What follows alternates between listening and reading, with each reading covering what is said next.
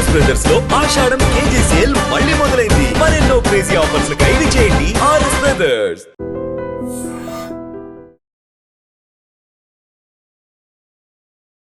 ఈ మధ్య కొంతమంది దొంగలు ఎంతకి తెగిస్తున్నారంటే, ఇప్పటి వరకు మనం విన్నది ఒకటి, నగల దుకాణాలను కొల్లగొట్టడం, ఏటీఎంలో చోరీలకు పాల్పడటం, ఇంటి దొంగతనాలు చేయటం, లేకపోతే చైన్ స్నాచింగ్లకు పాల్పడటం, ఇలాంటివన్నీ చూసాం. కానీ ఈ మధ్య కాలంలో దొంగలు కూడా ట్రెండ్ మార్చారో ఏమో, బస్సులు లారీలను కూడా చోరీ చేయాలనే ఆలోచన. సో ఒక రకంగా ఇది ఒక ఛాలెంజ్గా తీసుకొని చేస్తున్నారా, లేకపోతే అసలు పోలీసులకు చిక్కకుండా మనం తప్పించుకోగలుగుతాము అనే ఆలోచనతో చేస్తున్నారా? అదేమైనా చిన్న వస్తువా దాచిపెట్టడానికి దొరకం అని అనుకోవడానికి. బట్ ఇప్పుడు నెల్లూరు ఆత్మకూరు డిపోకు చెందినటువంటి ఒక బస్సును ఒక వ్యక్తి చోరీ చేశాడు. బుచ్చిరెడ్డిపాలెం టోల్ ప్లాజా వద్ద సీసీటీవీ రికార్డులో ఈ బస్సు ట్రావెల్ చేసినటువంటి ఒక వ్యక్తిని పోలీసులు గుర్తించి ఆ వ్యక్తిని అదుపులోనికి తీసుకున్నారు. ఇతను విడవలూరు కంచర్ల గ్రామానికి చెందినటువంటి కృష్ణగా పోలీసులు అయితే గుర్తించారు. ఏఎస్పేట నుంచి నెల్లూరు డిపో ఆత్మకూరు డిపోకి అయితే ఈ బస్సు వచ్చింది. అయితే డ్రైవర్ ఏం చేస్తున్నాడు అనేగా మీ డౌట్ అంతా.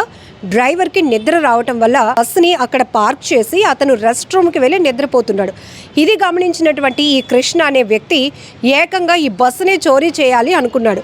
అయితే బుచ్చిరెడ్డిపాలెం టోల్ గేట్ వద్ద సీసీటీవీ ఫుటేజ్లో రికార్డ్ అయిన దృశ్యాల ఆధారంగా ఇమీడియట్గా పోలీసులు ఆ బస్సును గుర్తించారు. ఆ వ్యక్తి ఈ కృష్ణగా కూడా తెలుసుకున్నారు.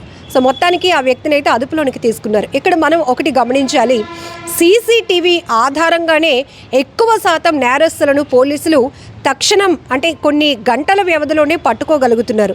లేకపోతే ఇప్పటికీ మనం చాలా విషయాలు విన్నాం. పార్కింగ్లో ఉన్నటువంటి లారీలను ఎత్తుకెళ్ళిపోవడం, లోడింగ్ చేసి ఉన్నటువంటి లారీల్ని తీసుకెళ్ళిపోతూ ఉండడం, ఆర్టీసీ బస్సులు చోరీలు చేసినటువంటి దొంగల గురించి కూడా మీరు విన్నారు. సో ఇక్కడ కూడా ఇప్పుడు నెల్లూరు ఆత్మకూరు డిపోకు చెందినటువంటి ఆర్టీసీ బస్సును కూడా అక్కడ డ్రైవర్ లేడు అనే విషయాన్ని గమనించాడు. అతను ఎక్కడికి వెళ్ళాడు, ఎంతసేపట్లో వస్తాడనే విషయాన్ని కూడా నిశితంగా పరిశీలించినటువంటి ఈ వ్యక్తి కృష్ణ ఏకంగా ఆ బస్సును తీసుకెళ్ళిపోవాలి అనుకున్నారు. ఇక ఈ బస్సులు తీసుకొని వెళ్ళి వీళ్ళు ఏం చేస్తారు అంటే, వీటిని కొన్ని గ్యారేజీల దగ్గరికి తీసుకువెళ్ళి ఇదంతా ఒక ముఠాగా ఫామ్ అయి చేస్తున్నటువంటి విషయాలు. సో దాని స్పేర్ పార్ట్స్ తీసేయటం, దాని రూపురేఖలు తీసేయటం, ఇక మనం ఎవరికి దొరకం కదా, చాలా ఎక్కువ మొత్తంలో మనం ఒక బస్సునో ఒక లారీనో దొంగతనం చేసేస్తే సెటిల్ అయిపోతామని ఒక దుర్మార్గపు ఆలోచనతోనే ఏకంగా ఇంతటికి బరి తెగిస్తున్నటువంటి పరిస్థితులు కనబడుతున్నాయి.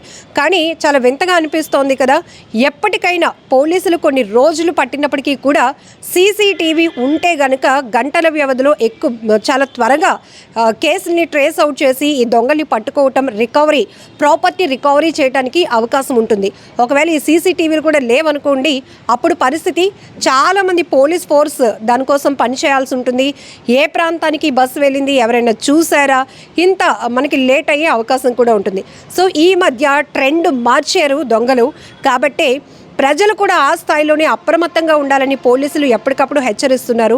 వాణిజ్య సముదాయాలు కావచ్చు, గృహాలు కావచ్చు, అపార్ట్మెంట్ కల్చర్ కావచ్చు, కమ్యూనిటీస్ ఏవైనా కూడా ముందస్తుగా ఎప్పుడు ఎలా చోరీలు తెగబడుతున్నారో తెలియదు. కాబట్టి మీరు సీసీటీవీ అనేది ఖచ్చితంగా మీరు పెట్టుకోవడం వల్ల ఒకవేళ మీ ఇంట్లో ఏమైనా దొంగతనాలు జరిగినా నేరస్తులను వెంటనే గుర్తించడానికి ఒక అవకాశం ఉంటుంది.